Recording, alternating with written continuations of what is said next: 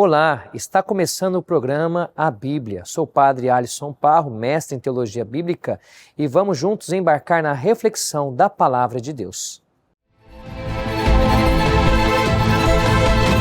Hoje nós vamos falar em nosso programa qual o método adotar para se fazer a leitura bíblica. Essa também é uma pergunta constante nas formações que eu ministro, seja nos nossos seminários ou em nossas paróquias aqui da Diocese de São José do Rio Preto.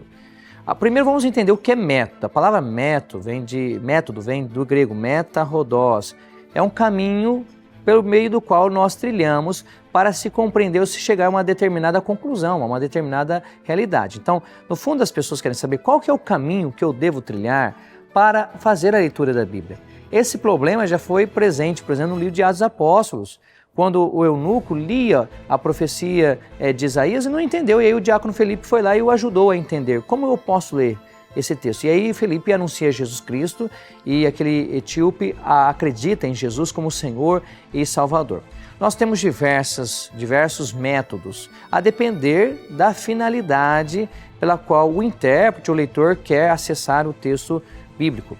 Existe um método muito conhecido de um padre no Brasil que se fala para começar sobre a primeira carta de São João, porque ele conteria o ensinamento que Deus é amor. De fato, essa pode ser uma leitura se você não está preocupado em ter um conhecimento mais histórico, teológico. No fundo, nós lemos a Escritura pelo lado do amor de Deus. Santo Agostinho dizia que imaginemos que todos os pergaminhos da Bíblia, todos os exemplares pegassem fogo e sobrasse somente essa afirmação, Deus é amor, ali conteria toda a Sagrada Escritura. É possível esse tipo de interpretação, mas ela contém um risco de nós depois analisarmos e vermos na Bíblia aquilo que não corresponde ao texto em específico. Qual que é o conselho que eu dou?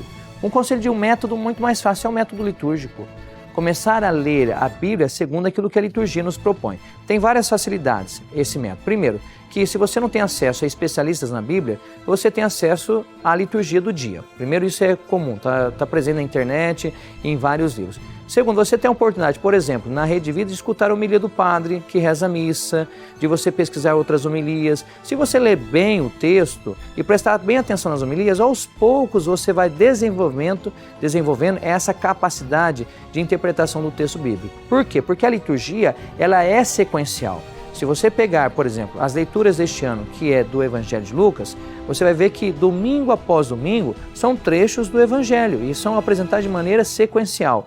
Se você estiver diante de um homiliasta que é bom, ele vai apresentar exatamente a ligação de uma sequência com o outro. Agora, se você quer uma coisa mais avançada, um método de interpretação que leva em consideração a história, aí você precisa do seguinte. Aí você pode fazer um curso de teologia. Por que não estudar teologia ou fazer, por exemplo, na sua diocese, cursos bíblicos promovidos pela Igreja Diocesana? Todas as nossas dioceses, na grande maioria, têm promovido, no mês de setembro ou em outros meses, formações para as nossas lideranças. Para estudar a Bíblia mais profundamente, aí você tem que saber sobre a história de Israel. Tem que estudar quem foi, por exemplo, que foi o Império Neobabilônico, quem foram os assírios, como funcionava o Egito, se você quiser entender bem o Antigo Testamento. Ou no Novo, você precisa saber como que era a cultura romana, como funcionava o império, qual era o tipo de gênero literário. Isso é um pouco mais exigente? Mas quem quer avançar para as águas mais profundas? É possível. E é bom que exista pessoas que queiram fazer esse processo. Mas estudar a Bíblia profundamente vai levar um certo tempo, não é da noite para o dia. Você tem que estar aberto para rever os seus posicionamentos. Certas ideias e preconceitos que você tinha no texto devem cair por terra.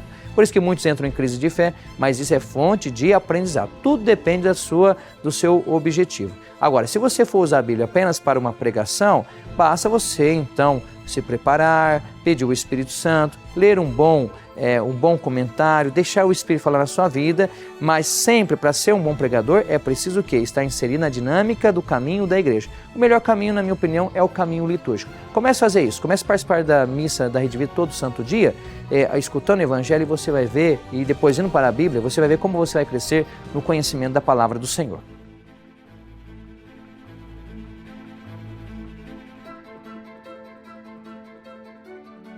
Foi uma alegria poder falar e refletir sobre o livro sagrado na sua companhia. Que Deus sempre nos guie para termos uma profunda reflexão de Sua palavra e que sejamos sempre firmes em Seu caminho. Te vejo no próximo programa. Em nome do Pai, e do Filho, e do Espírito Santo. Amém.